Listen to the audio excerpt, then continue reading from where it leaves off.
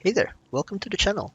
This is Kephinicus, and today's World of Warships video will showcase a game in the Thunderer, the Tier 10 premium Royal Navy battleship which you can obtain for coal in the armory before patch 0.10.1 hits in early 2021.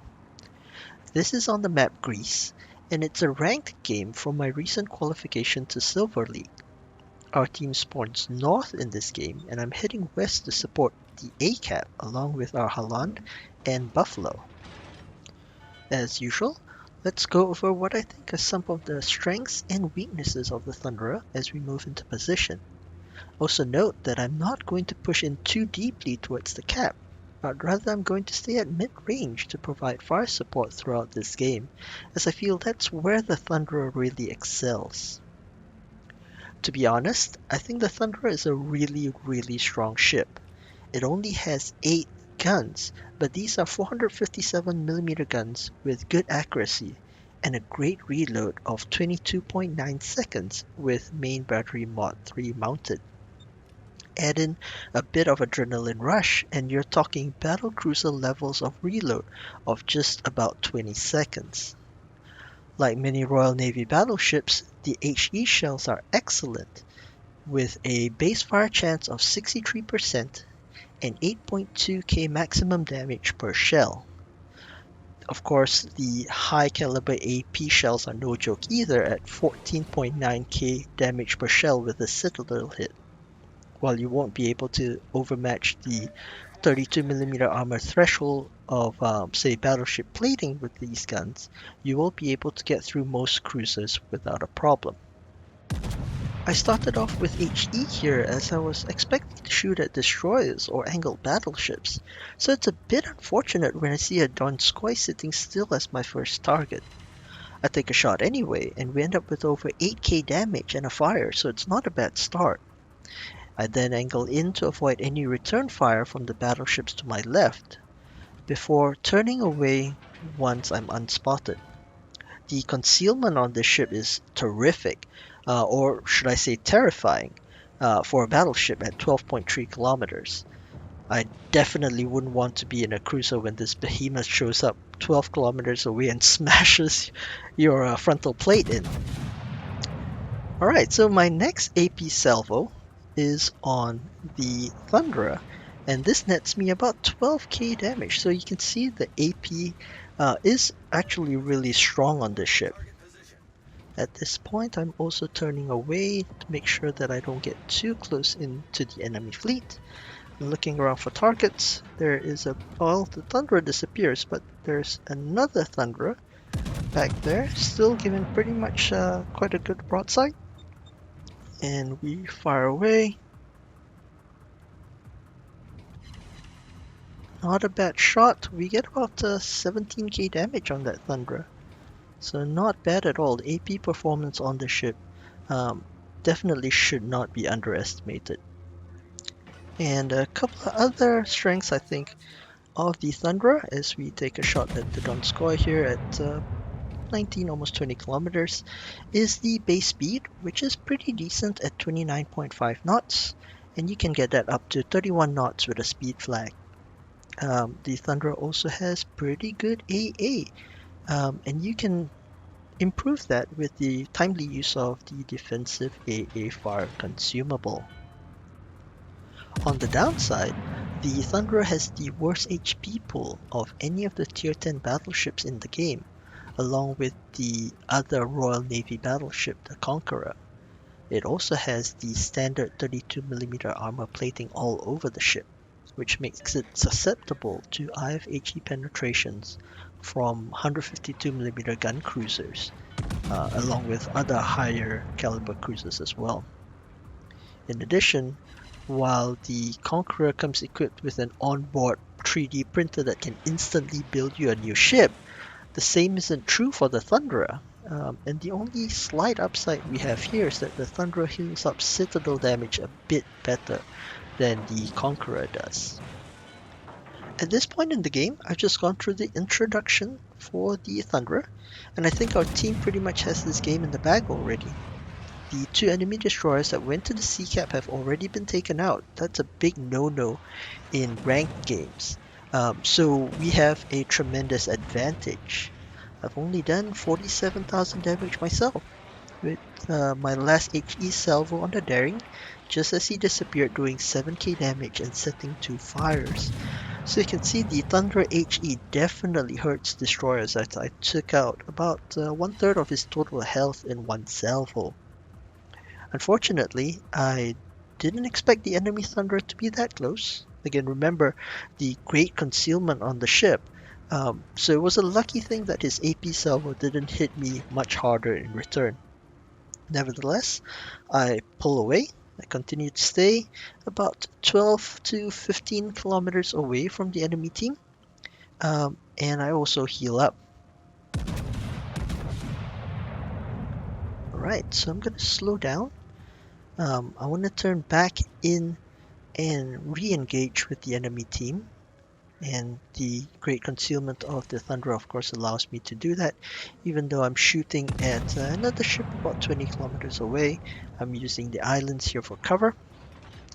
That Thunderer, the first one that shot at me, shows up again at just under 12 kilometers. So I'm going to focus on him a little bit here.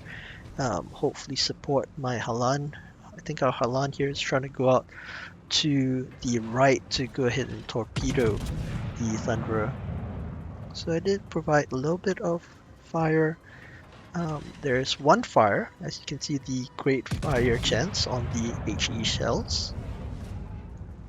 The Daring does smoke up though, so he provides a smoke screen to both himself and the enemy Thunderer, which is a good play there by the Daring. So we don't have any targets here. I'm gonna see if I can maybe push up a little bit and use any vision that the Halan there provides. The enemy Thunderer does pop up again, and he's still on fire from my earlier salvo. I take a shot, and unfortunately that's the exact time when the Daring pops up. And so he's now got our Halan spotted, and I don't have the reload. Let's see if we can get him here. Waiting for my guns to reload. And it looks like he stopped, but he accelerates just as I fire. I think he might have been waiting for that shot, so he accelerates and my shells completely miss, and that allows both the Daring and the Thunderer to take out our Halan over here.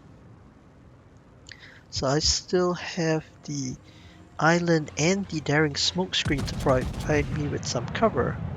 So I'm able to get a shot off on the Thunderer just as he moves away. That's 6 out of 8 hits, 5 penetrations with HE. So we do 14,000 HE damage to that Thunderer, but now we don't have any vision on this side. So what I'm thinking here is my team is coming in from the eastern flank. So what I'll do is I'll push west to create a crossfire against all the remaining enemy ships.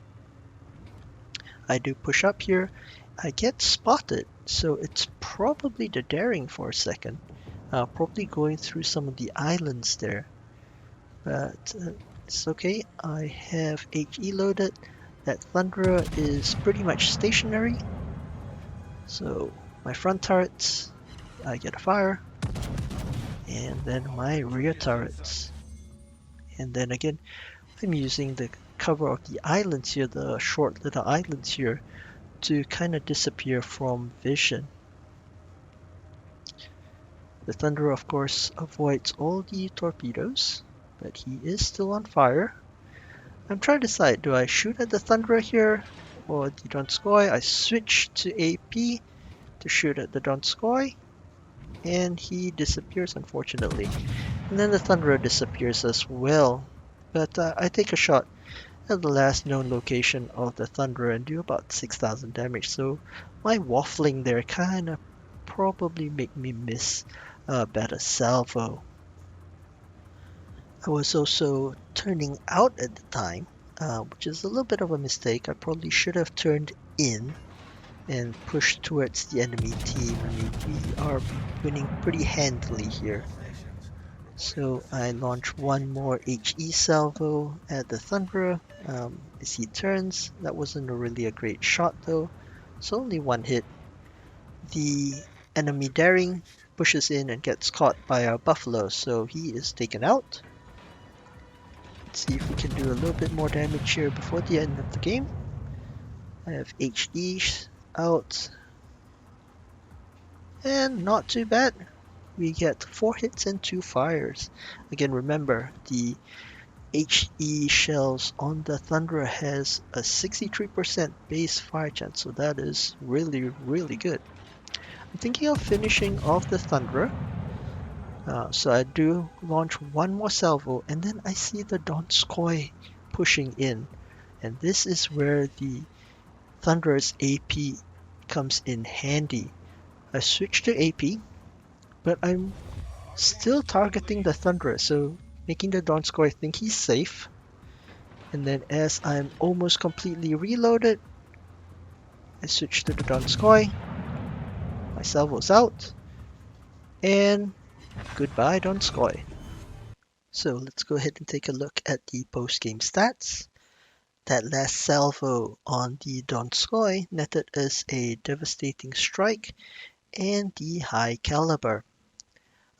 Total damage on this game was 176,000 damage in a ranked game, so that's only 7 on 7, so 176,000 damage in my book. It was a great game. We received 1.3 million credits, about 26,500 experience, and almost 22,000 free experience for this game. Of course, that's with the flags and all the modifiers. Our base XP for this game was 2051, which is top of the team on a ranked game, so that's always really nice for me.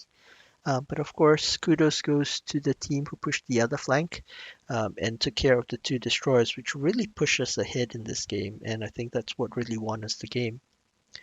Our detail reports on the damage that we did, so 7,000 on one salvo on the Daring, a little bit on one of the Thunderers, 111,000 damage on the other Thunderer that we were shooting at throughout the game. So you can see, of course, that the Thunderer survived taking that much damage. So it's still a pretty hard ship to sink if you play it right, despite having such low HP. And then, of course, the Donskoy that we sank at the end with the 2 Citadels. We did 43,000 damage on him. For credits and Captain XP, you can see that we received 337,000 credits for this game. We did have a combat mission which gave us a little bit more credits there. So you can see though that this is actually a coal ship and not the quote-unquote standard premium. So you don't get as much credits and XP on this ship as you would, say, a true premium, like we saw in the Kutuzov video I posted a couple of weeks ago. In terms of XP though, we did get quite a hefty chunk, especially with all the flags that I had mounted on the ship. So it is still a pretty decent captain trainer, if you will. So next, let's take a look at the equipment and skills. Here we go. So I have main armaments mod 1, damage control systems mod 1 and 2, main battery mod 2 to offset the traverse reduction from main battery mod 3, which is the modification that boosts the reload speed, and finally concealment systems modification 1. For captain skills, I actually have my King George V captain on the ship, who has priority target, preventative maintenance, expert loader, jack of all trades, expert marksman, adrenaline rush, basics of survivability, superintendent, and concealment expertise. This is definitely one of the very few battleships that I constantly swap out ammo types for, so expert loader definitely helps. I wouldn't recommend demolition expert on the Thunderer, as the fire chance is already ridiculously high even without it. So the Thunderer, definitely a great ship in my opinion. If you can get it before it's removed from the game, I would recommend doing so. You burn things, you put big holes in other things. I mean, what's not to like? I hope you've enjoyed today's video. Please feel free to hit the like button or subscribe to the channel if you're so inclined. And please join me again next week for more World of Warships videos. Thank you for watching and take care.